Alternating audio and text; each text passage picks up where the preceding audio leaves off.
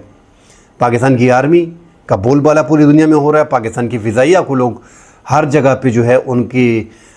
پذیرائی ہو رہی ہے، اور اب زیادہ تر ممالک اسپیشلی عرب ممالک یہ کوشش کر رہے ہیں کہ پاکستان کے پائلٹ جو ہیں وہ عرب ممالک کے پائلٹس کو ٹرین کریں۔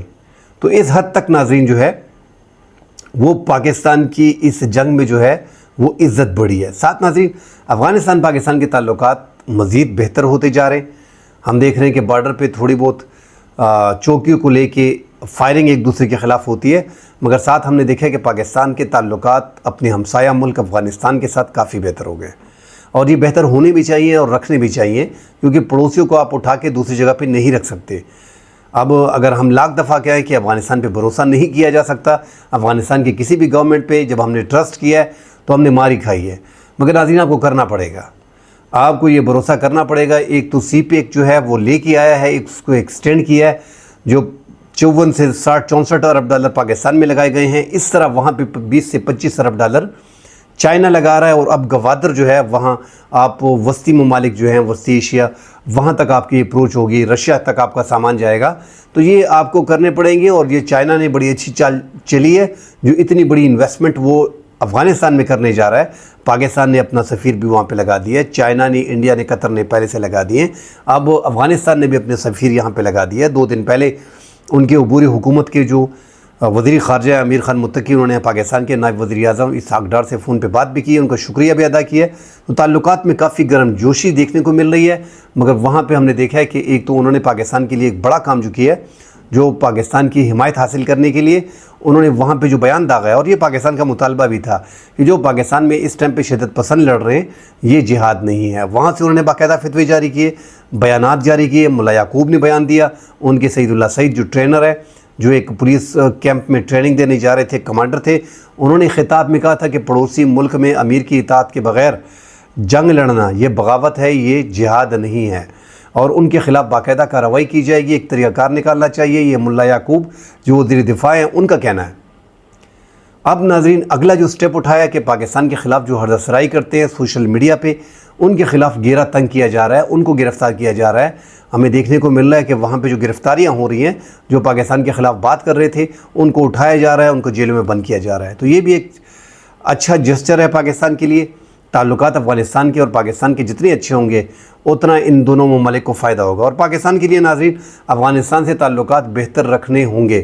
اس کی بڑی وجہ 2640 کلومیٹر کا یہ بارڈر ہے، جو آپ کے 2 صوبوں سے لگ رہا ہے، اور آپ کے 2 صوبوں میں حالات بڑے خراب ہیں۔ ایک صوبے میں جنوبی اضلاع میں 5 سے 7 ڈسٹرکٹ میں مکمل طور پہ کنٹرول جو ہے وہ شدت پسندوں کے ہاتھوں میں چلا گیا ہے۔ دوسرے صوبے میں آپ کی انسرجنسی ہے، انڈیا نے وہاں پہ اتنی انویسٹمنٹ کی ہے، وہ جو BLA کے دہشت گرد ہیں، بلوچ لبریشن آرمی اور بلوچ لبریشن فرنٹ، جو فتنت الہندوستانی ہے، ان کو سپورٹ کیا جا رہا ہے، ان کو لاجسٹک سپورٹ فراہم کی جا رہی ہے، ان کو فائنانس سپورٹ فراہم کی جا رہی ہے، تاکہ وہ وہاں پہ پاکستان کے خلاف لڑتے رہے اور پاکستان کو انگیج کرتے رہے، اور پاکستان کا نقصان ہوتا رہے۔ پاکستان بھی فل فلیج آپریشن بلوچستان میں کرنے جا رہا ہے، وہاں پہ ایران میں بھی جو ہے ناظرین، جو ان کے خلاف جو BLA کے شدت پسند دہشت گرد ہیں ان کے خلاف وہاں بھی کارروائی ہوگی۔ ایران کے ساتھ ہمارے تعلقات بڑے اچھے ہو گئے ہیں، افغانستان کے ساتھ آپ کے تعلقات اچھے ہوں گے۔ بارڈر آپ کا ابھی تک محفوظ نہیں ہے، 50-60 سال تو تقریباً یہ بارڈر ہمارا اوپن رہا، اور 60 سال افغانستان میں جنگ ہوتی رہی، اور ہمارا یہ فینسنگ کمپلیٹ تھا ہی نہیں، ہماری فینسنگ تھی نہیں۔ ہم نے 2010 میں چاہ کے کہیں پہ اپنی فینسنگ پہ 70 ارب روپے لگا کے اپنی فینسنگ کو کمپلیٹ کیا، اور وہ بھی ہم نے 92% اس کو کمپلیٹ کیا، 8% ابھی بھی ریمیننگ ہے۔ اب انڈیا کے ساتھ جو ہمارا بارڈر ہے، اب ایران کے ساتھ جو ہمارا بارڈر ہے 904 کلومیٹر کا ایران کے ساتھ، اور 3300-3400 کلومیٹر، 3334 کلومیٹر جو ہے وہ آپ کا انڈیا کے ساتھ بارڈر ہے۔ انڈیا اور پاکستان اس بارڈر کو مینیج کر رہے ہیں، ایران پاکستان بارڈر کو مینیج کر رہے ہیں۔ افغانستان کا یہ بارڈر تو ایک 50 سال مینیج نہیں ہوا،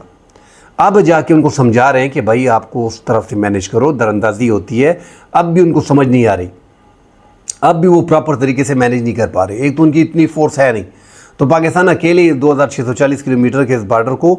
خود پاکستان مینیج کر رہا ہے. پاکستان کو یہ کافی مشکلات ہے. اگر پاکستان اس بارڈر کو سیو کر لیتا ہے اور یہ اپنی 8% جو کمپلیٹ نہیں ہے فینسنگ اس کو کمپلیٹ کر لیتا ہے تو یہ پاکستان کی بہت بڑی اچیومنٹ ہوگی افغانستان کو راضی کر کے, تاکہ وہاں پہ اسمگلنگ کا مسئلہ ختم ہو, دراندازی کا مسئلہ ختم ہو. پاکستان سے شدت پسندی کا اگر آپ نے خاتمہ کرنا ہے تو آپ نے اس بارڈر کو مکمل طور پہ سیکیور کرنا ہے. لیٹسٹ ٹیکنالوجی جتنے بھی آپ کی ڈیفینس وغیرہ کی ہے آپ نے یہاں پہ لے کے اس بارڈر کو مینیج کرنا ہے, تبھی آپ ترقی کر سکیں گے اور شدت پسندی آپ کے ملک میں ختم ہو پائے گی. کل ناظرین انشاءاللہ اگلے پروگرام میں حاضر ہوتے ہیں, ڈیٹیل سے بات کریں گے. فی الحال کے لیے اجازت دیجیے. اللہ حافظ.